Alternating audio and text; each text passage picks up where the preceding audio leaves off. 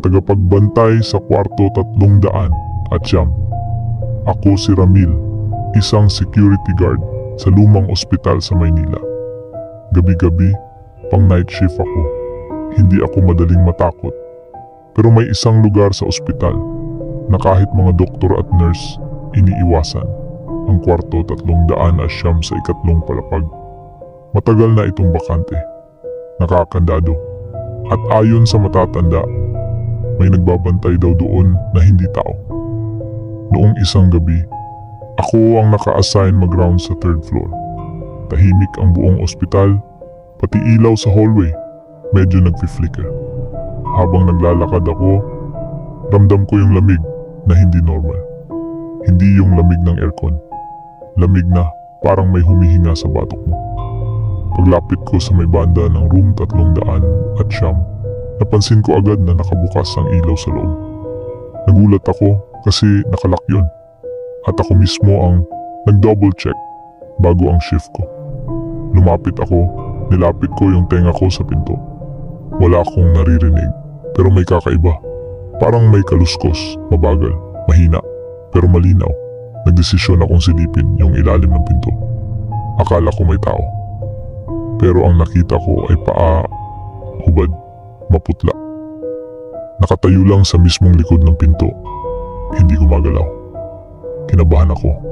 Nilagay ko kamay ko sa doorknob. Malamig. Sobrang lamig. Parang yelo. Binuksan ko ng dahan-dahan.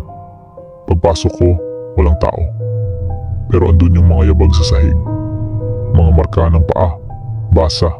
Parang bagong labas mula sa banyo. Dire-diretso papasok sa kwarto. Sinundan ko. Nasa dulo ng kwarto, may maliit na bintana. At doon ko nakita. May lalaking nakatalikod. Nakatayo sa sulok. Nakadikit ang mukha sa dingding. Sir? Dito po bawal pumasok. May kailangan po ba kayo? Tinig ko nanginginig na. Hindi gumalaw yung lalaki. Hindi huminga. Hindi nag-react. Unti-unti ko siyang nilapitan. Nasa mga 5 hakbang na lang ako. Bigla siyang huminga ng malalim. Parang nagising. Doon ko napansin. Wala siyang anino. Umatras ako. Pero mas mabilis siyang humarap. Diyos ko. Yung mukha niya parang nadurog. Parang galing sa aksidente. Nganga. Mahaba ang bibig. Walang mata. Pero nakatingin siya sa akin. Tapos narinig ko sa tenga ko. Pero hindi galing sa bibig niya. Ikaw ang susunod na magbabantay dito. Hindi siya sumigaw. Hindi siya gumalaw. Ngunit yung tinig parang nasa utak ko mismo.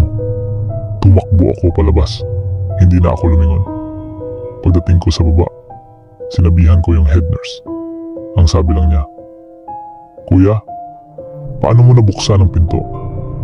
Wala pa pong susi ang ibinibigay sa inyo." At matagal nang tinanggal ang ilaw sa room 309. Wala pong kuryente doon. Noong sinamahan nila ako pabalik para i-check, nakapadlock ulit yung pinto. At yung sahig sa loob, tuyo. Pero bago kami umalis, napansin ng nurse ang isang bagay.